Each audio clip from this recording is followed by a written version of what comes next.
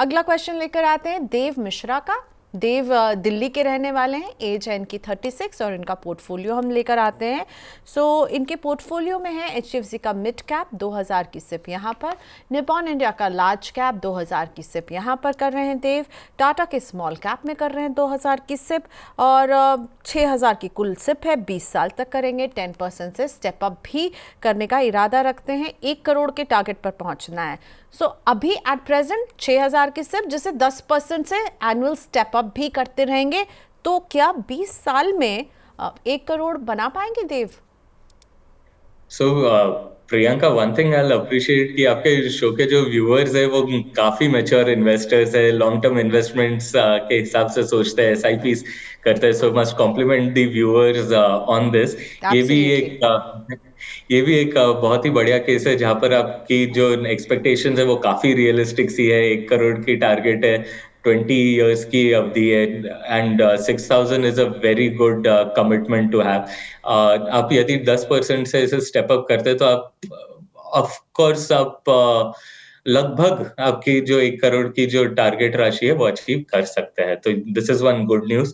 But साथ ही साथ because आप इतना डिसिप्लिन्ड है, इतने कमिटेड है, मैं ये भी कहना चाहूंगा कि आप इस नजरिए से भी देखिएगा कि इन्फ्लेशन जो है वो भी इंडिया में बढ़ती जा रही है। तो हो सकता है कि आज के दिन में जो आपको 1 करोड़ की राशि बड़ी लग रही हो, वो महंगाई के कारण, महंगाई बढ़ने के कारण 20 साल बाद वो सेम चीजें परचेस करने की वैल्यू नहीं रखती हो।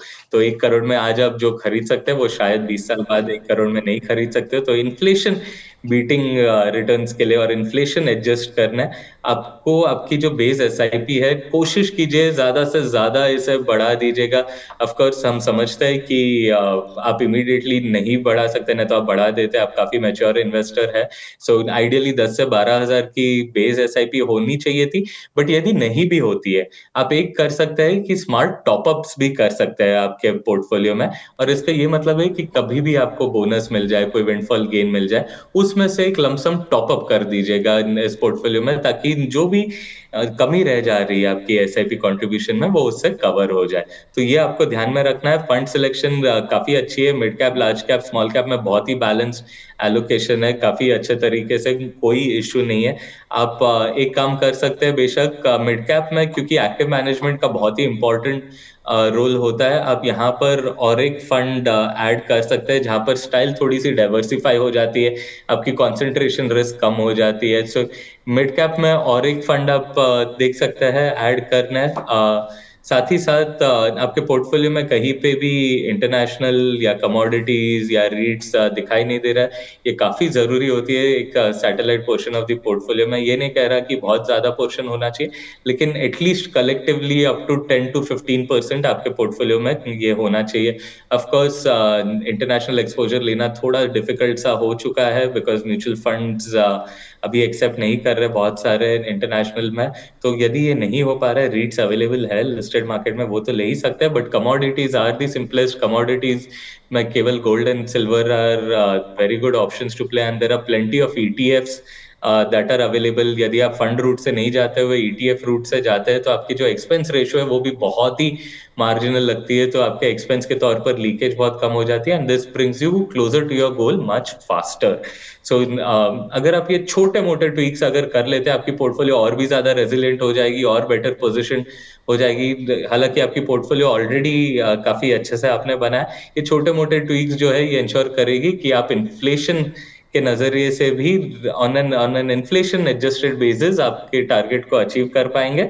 और साथ ही साथ हो सकता है कि उस टारगेट को भी सरपास कर सकते हैं अगर आपने सही से टाइम टू टाइम टॉपअप भी करा। और यदि आपका जो स्टेप अप है वो 10% से बढ़ता गया, हम चाहते हैं कि आपकी इनकम इस तरीके से बढ़े कि आप ज्यादा स्टेप अप करें, हमारी शुभकामनाएं और वेल विशेस है उसके लिए। तो यदि वो हो जाता है तो you can achieve much more than that. Time okay, is in your favour. Great. Dev, बहुत अच्छा लगा, आपका टारगेट अच्छा खासा है, आपने स्टेप अप की भी बात कही है।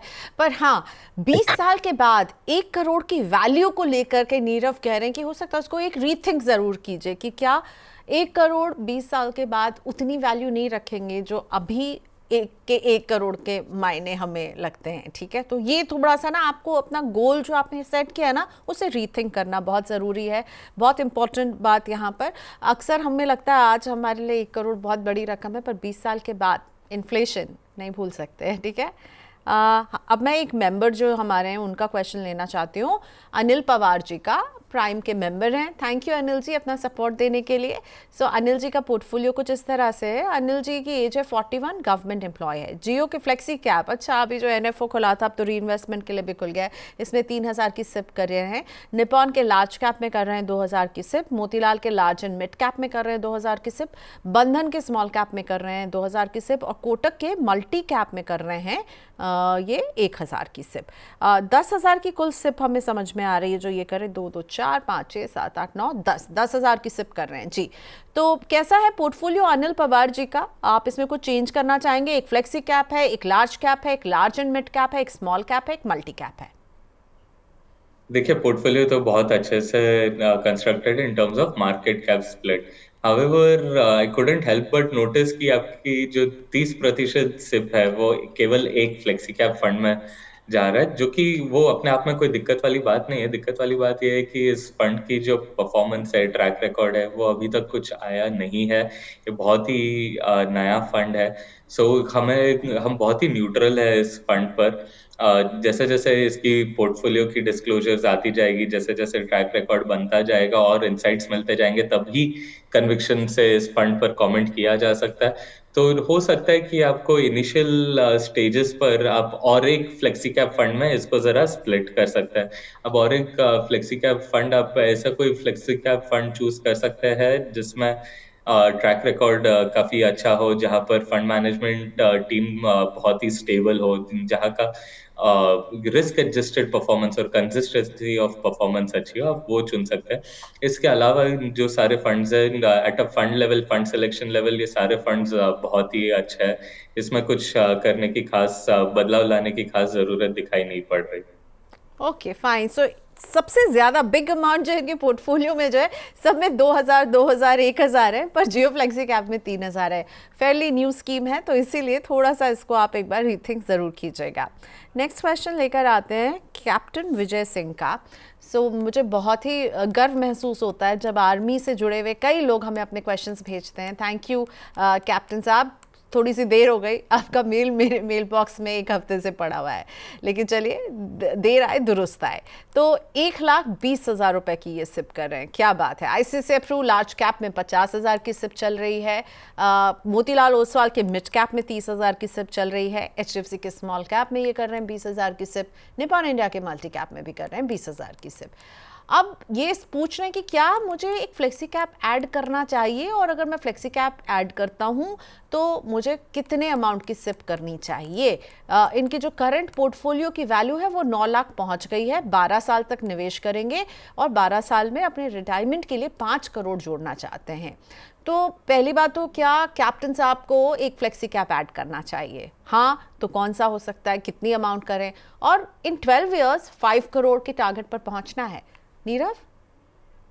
सो प्रियंका जी, यहाँ पर भी मैं देख रहा हूँ कि काफी जो व्यूअर्स है उनकी फंड सिलेक्शन भी काफी अच्छी है। सो फंड्स काफी अच्छे सिलेक्टेड है, कोई दिक्कत तो उसमें नहीं दिखाई दे रही, लेकिन स्ट्रैटेजी में थोड़े मोटे ट्वीक्स किया जा सकता है।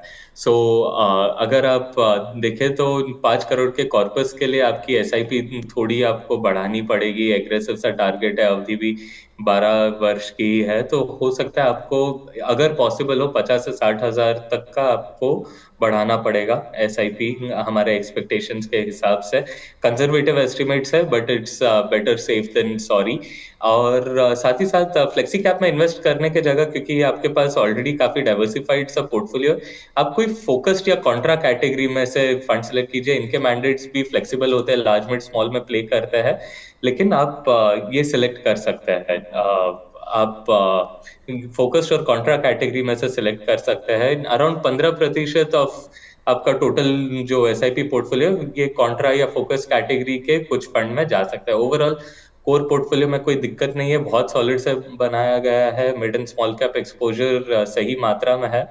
बट धीरे धीरे आगे बढ़ते बढ़ते आप देख सकते हैं कि एक सैटेलाइट पोर्टफोलियो भी डेवलप कर सकते हैं जहां पर आप थीमेटिक आइडियाज ऐड कर सकते हैं, क्योंकि 12 साल की अवधि बहुत अच्छी है for cycles to play out. तो थोड़ी कोर्स सैटेलाइट जो स्ट्रैटेजी है, it will help you achieve your goals faster. Alright, अगला क्वेश्चन मैं लाइव से पिक कर रही हूँ। सत्यजीत दास का क्वेश्चन है ये। नीरव, हमने आपसे बिफोर हैंड नई पोर्टफोलियो शेयर किया है, अभी अभी सत्यजीत जी ने पूछा ये सवाल। इनका निवेश कुछ इस तरह से हमारे सामने है। 5,000 रुपये की सिप कर रहे हैं। HDFC के फ्लेक्सी कैप में 1,000, HDFC के मिड कैप में 1,000, ICICI के लार्ज कैप में 1,000, SBI के कॉन्ट्रा फंड में 1,000 और टाटा के स्मॉल कैप में भी 1,000 है। टारगेट है 1 करोड़ और अभी 20,000 के इनके पास रिलायंस के स्टॉक भी हैं। तो कह रहे हैं कि क्या रिलायंस के स्टॉक छोड़ के जियो ब्लैक रॉक का फ्लेक्सी कैप ले ले। Very interesting. सो और एक बात, जब भी सत्यजीत जैसे इन्वेस्टर्स के क्वेश्चन आते हैं तो इन्होंने 5,000 को 5 अलग अलग स्कीम में जो है डिवाइड किया है। तो क्या इसको डिवाइड करना सही रहेगा? नीरव, आपका क्या व्यू है? इस तरह से डिवाइड करें 5,000 की रकम को या एक स्कीम पर स्टिक करें? एंड वेरी इंटरेस्टिंग, कह रहे हैं कि रिलायंस के शेयर छोड़ दूं मैं और जियो ब्लैक रॉक के फ्लेक्सी कैप में डाल दूं। मुझे तो बहुत इंटरेस्टिंग लग रहा है और मैं सुनना चाहती हूँ नीरव क्या सलाह देंगे सत्यजीत को। Nirav, over to you. So देखिए सत्यजीत जी, एक चीज अच्छी है कि आप SIP काफी डाइवर्सिफाइड तरीके से कर रहे हैं, लेकिन आपको आप इसको और अच्छे तरीके से कंसोलिडेट कर सकते हैं, क्योंकि 5,000 रुपया पर मंथ है। आप flexi cap, mid cap, small cap हर कैटेगरी में लेने की जरूरत नहीं है। आपकी अवधि लंबी है तो आप एक लार्ज, मिड और स्मॉल कैप में भी स्प्लिट कर सकते हैं, या फिर एक फ्लेक्सी कैप और एक दो mid cap small cap fund में भी निवेश कर सकते हैं, तो उससे भी अचीव कर सकते हैं। अगर मेरी मानी जाए तो आपको कन्विक्शन बढ़ाने की जरूरत है, और एट मैक्स 3 फंड से आपका काम चल सकता है। और जो बात रही आपकी रिलायंस की होल्डिंग की, देखिए वो आपकी जो होल्डिंग है रिलायंस में, वो ऑफ कोर्स आपके कन्विक्शन के बेसिस पर होगी। आउटलुक आपकी जो रहेगी रिलायंस इंडस्ट्रीज पर है वो है। पर आपको ये ध्यान में रखना है कि आपकी जो कन्विक्शन स्टॉक में है उसकी जो ऑल्टरनेटिव है वो ये जियो ब्लैक रॉक की म्यूचुअल फंड नहीं हो सकती। जो जियो ब्लैक रॉक की म्यूचुअल फंड है, फ्लेक्सी कैप फंड है या पैसिव फंड्स है, उनकी जो मैंडेट है वो काफी अलग सी है। वो एक म्यूचुअल फंड है, उसमें कई तरह के स्टॉक्स होंगे, उसमें कई अलग प्रकार की स्ट्रैटेजी इंप्लीमेंट की जाएगी। तो दोनों का जो बिहेवियर है वो कंपेरेबल नहीं है। यदि आप आपके पोर्टफोलियो में स्टॉक रखना चाहते हैं और आपकी कन्विक्शन है और लंबी अवधि के लिए होल्ड करना चाहते हो तो रिलायंस इंडस्ट्रीज बेशक रखिए। अगर आप ट्रैक नहीं कर पाते, अगर आपको किसी फंड मैनेजर की क्वालिफाइड क्रेडिबल ओवरसाइट की जरूरत है तो आप एक म्यूचुअल फंड में इन्वेस्ट कर सकते हैं।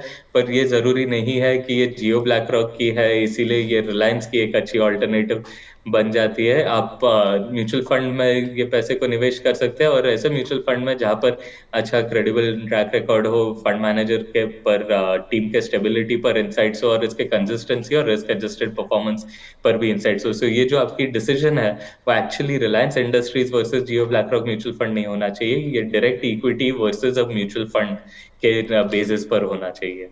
बिल्कुल। सो एब्सोल्युटली, ये आप किस तरह के इन्वेस्टर हैं? आप इक्विटी ट्रैक करने वाले इन्वेस्टर हैं तब आप इक्विटी में रहिए। आप इक्विटी ट्रैक नहीं कर सकते हैं तो आप एक म्यूचुअल फंड में जा सकते हैं। लेकिन ज़रूरी नहीं है ये रिलायंस वर्सेस जियो ब्लैक रॉक की लड़ाई हो इसमें। लेकिन आपने जैसे कहा अभी सत्यजीत को कि इनके पास 5 स्कीम्स हैं, एक फ्लेक्सी कैप, एक मिड कैप, एक लार्ज कैप, एक कॉन्ट्रा फंड, एक स्मॉल कैप। आपने कहा सिर्फ 3 रखिए। तो अगर इनको केवल 3 रखना होगा तो कौन सी आप पिक करेंगे सत्यजीत के लिए? क्या हम थोड़ी सी इनको और मदद कर सकते हैं? मैं कहूंगा कि लार्ज, मिड एंड स्मॉल में रिटेन कीजिए। आपको फ्लेक्सी और कॉन्ट्रा की जरूरत नहीं है इस पॉइंट पर। या तो large, mid and small as a combination रखिए, या तो flexi cap, contra and small cap, ये 3 को एज अ कॉम्बिनेशन रखिए। ये 2 एलोकेशन के कॉम्बिनेशन है। इसमें आप देखेंगे तो अंडरलाइंग लेवल पर लार्ज, मिड, स्मॉल की काफी अच्छी कॉम्बिनेशन बनेगी, और अंडरलाइंग पोर्टफोलियो को देखोगे तो पोर्टफोलियो ओवरलैप भी मिनिमल दिखेगी, तो डाइवर्सिफिकेशन काफी इफेक्टिव हो सकता है। So one of the 2 approaches, या तो large cap, mid cap, small cap वाले फंड रिटेन कर लीजिए, या तो एक फ्लेक्सी कैप, एक स्मॉल कैप और एक कॉन्ट्रा फंड रिटेन कीजिए।